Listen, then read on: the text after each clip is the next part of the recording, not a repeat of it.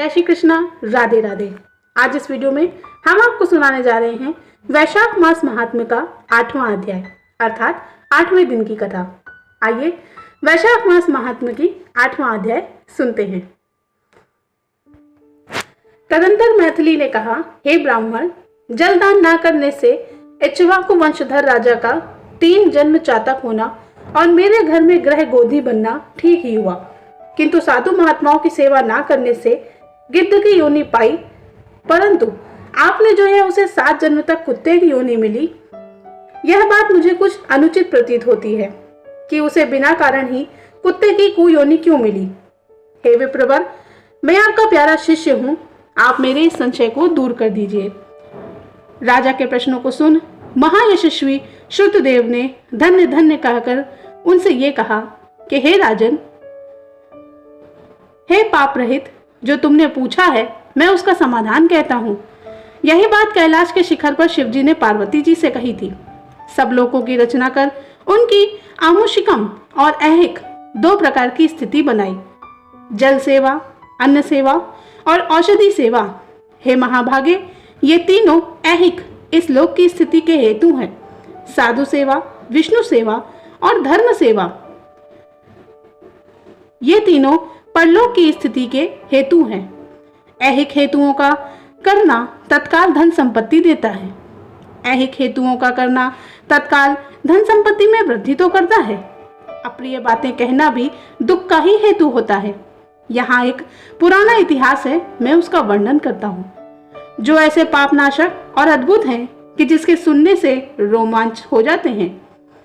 यज्ञ दीक्षा में उपगत दक्ष प्रजापति एक समय महादेव जी को बुलाने कैलाश पर गए। उन्होंने देखा कि उनकी भलाई सोच महादेव जी ने उठकर उनका आदर नहीं किया। शिव जी ने सोचा, मैं संपूर्ण देवताओं का गुरु हूँ। स्वामी सेवक के आने पर पति स्त्री के लिए, गुरु शिष्य के लिए कभी नहीं उठते। जो स्वामी स्वयं भृत्यादि के लिए उठते हैं, उनकी आयु, धन और यश तत्काल ही नष्ट हो जाते हैं। इसलिए मेरा उठना उचित नहीं है। यह मेरा प्यारा ससुर है। ऐसा विचार कर दक्ष प्रजापति की भलाई सोच महादेव जी आसन से नहीं उठे। तब महादेव जी द्वारा उठकर आदर न किए जाने के कारण दक्ष प्रजापति को बहुत क्रोध आया और अनेक प्रकार से महादेव जी के आगे उनकी ही निंदा वो करने लगा कि अहंकारी, जिस धन केवल एक बूढ़ा बैल, ऐसा कपाल की हड्डी तुम धारण करते हो, शमशान में तुम्हारा घर है, सांपों का तुम आभूषण धारण करते हो, संग में रात दिन भूत प्रेत पिशाच ऐसे तुम्हारे दुर्जन रहते हैं। दुरात्मा नारद के बताने से मैं अपनी कन्या सती का विवाह तुम्हारे संग कर चुका हूँ। यह भी अलग धर्म वाली हो गई है, मैं इसे कभी नहीं सह सकता। मेरी पुत्री से भी मुझे कुछ प्रयोजन नहीं। ऐसी विभूण आत्मा दक्ष ने सती और शंकर जी को निमंत्रण ही नहीं दिया और अनेकों प्रकार के कुवाक्य कहकर वहां से चले गए। तदंतर यज्ञ स्थान में जाकर ऋत्विक और मुनियों को संग ले विधि पूर्वक यज्ञ करने लगा और शंकर जी की साथ ही साथ निंदा भी करता रहा। ब्रह्मा और विष्णु को छोड़ सिद्ध, चारण, गंधर्व, यक्ष, राक्षस और किन्नर आदि सभी देवता यज्ञ में आए। तब सती की इच्छा अपने कुटुंबियों से मिलने तथा उत्सव देखने की हुई। स्त्रियां स्वभाव से चंचल होती हैं। महादेव जी के मना करने पर भी जाने की बात सती ने मन में ठान ली। महादेव जी बोले, हे वरण वर्णिनी, सभा में बैठकर वह मेरी सदा निंदा करते हैं, जो तुमसे सही नहीं जाएगी और तुम निश्चित ही शरीर को त्याग दोगी।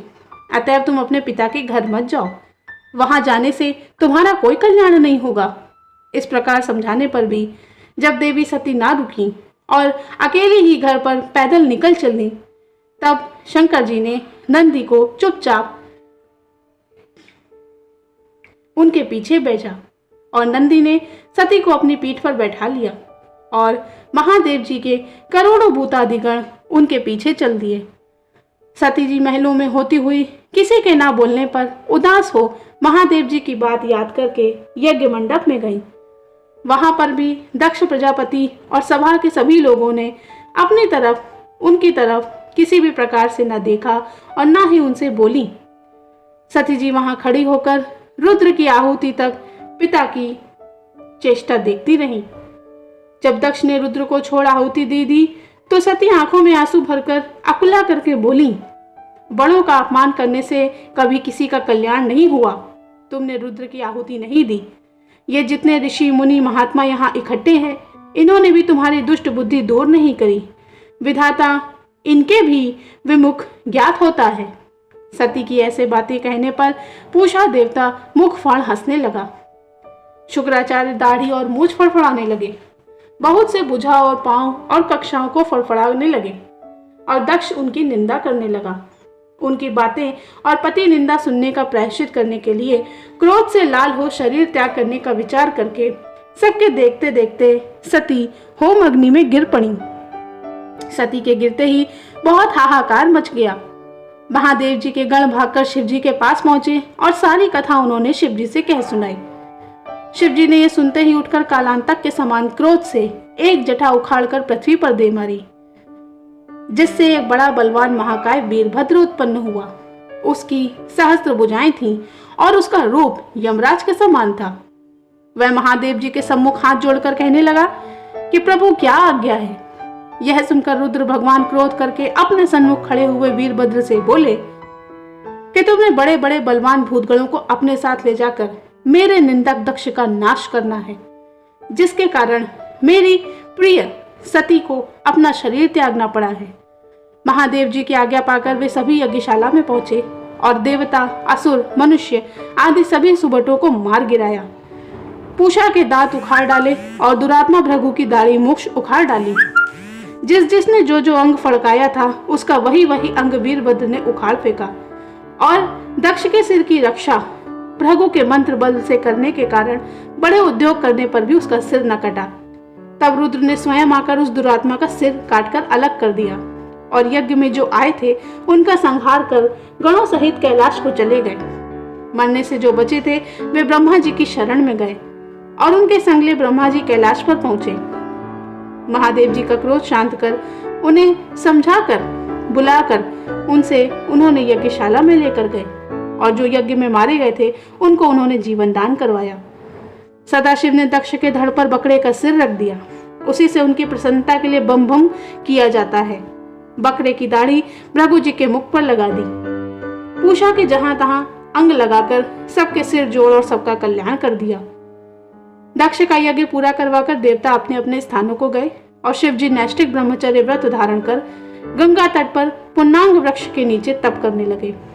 दक्ष पुत्री सती ने हिमांचल के घर उसकी स्त्री मेनका के गर्भ से जन्म लिया और वहीं पर उनका पालन पोषण होने लगा। इतने में तारकासुर नाम का एक राक्षस उत्पन्न हुआ और परमेष्ठी ब्रह्मा से उसने वर पाया कि सिवाय रुद्र महाबली के पुत्र के वह किसी और से नहीं मारा जाएगा। यह बात सुनकर उसने सोचा कि शिव जी की तो ना पत्नी है और ना कभी होगी, क्योंकि वो तो अपने प्राण त्याग चुकी है, तो पुत्र कहाँ से आएगा। वह सब लोगों और देवताओं को इसी अहंकार में सताने लगा। तब देवताओं ने दुख पाकर ब्रह्मा जी की शरण ली। ब्रह्मा ने देवताओं को समझाया कि रुद्र भगवान की पत्नी सती ने अपने पहले पिता के यज्ञ में शरीर त्यागा था।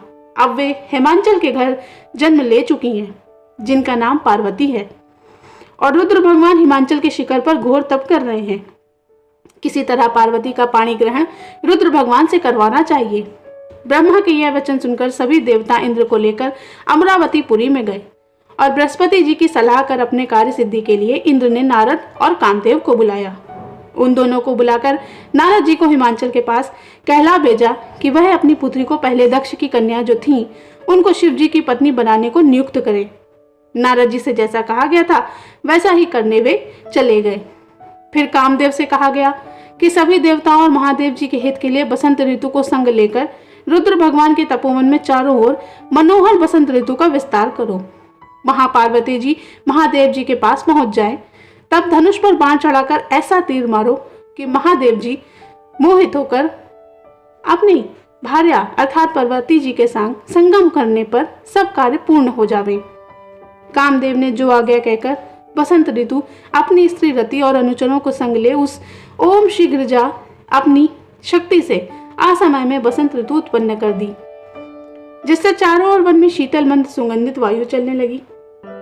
दैवात उसी समय महादेव जी भी पार्वती की सेवा से प्रसन्न हो उन्हें गोदी में बैठाकर कुछ कहने लगे। तब कामदेव ने प्रण प्रिया के संगम का उचित समय जान महादेव जी के पीछे वृक्ष की ओर से एक बाण छोड़ दिया, जिससे महादेव जी ने मन चंचल होने से चित्त में व्याकुल इधर उधर देखा तो कामदेव दिखाई पड़े। क्रोध से अपने मस्तक के तीसरे नेत्र को खोलकर पार्वती को दूर कर ऐसा तीक्ष्ण अग्नि प्रकट करा कि सब संसार भयभीत हो गया और उस अग्नि से धनुष बाण सहित कामदेव भस्म हो गए। देवता अपने कार्य की सिद्धि समझकर तथा बसंत और रति भयभीत होकर भाग गए। पार्वती डर के मारे आंख बंद करके दूर हट गईं और महादेव जी भी पार्वती की सेवा से पहले जो प्रसन्न हुए थे वे बाद में वहां से अंतर ध्यान हो गए। हित की इच्छा करने वाले देवताओं को कुछ भी फल की सिद्धि नहीं हुई, उल्टा उनके साथ तो अनर्थ हो गया। जो कोई साधुओं के संग दुष्टता करते हैं उनका कहना ही क्या।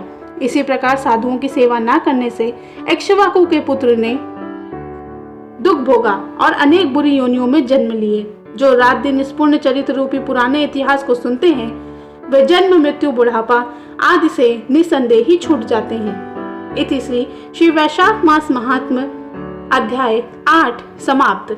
बोलिए विष्णु भगवान की जय। दोस्तों, ये था वैशाख मास महात्म्य का 8वां अध्याय। हमारे चैनल पर आपको वैशाख मास की प्रतिदिन की कथा इसी प्रकार मिलती रहेगी। चैनल पर बने रहिएगा ताकि वैशाख मास के अन्य त्योहारों की जानकारी भी हम आपको इसी प्रकार देते रहें। आशा करते हैं कि वैशाख मास के 8वें अध्याय की ये कथा आपको अच्छी लगी होगी। जय श्री कृष्णा।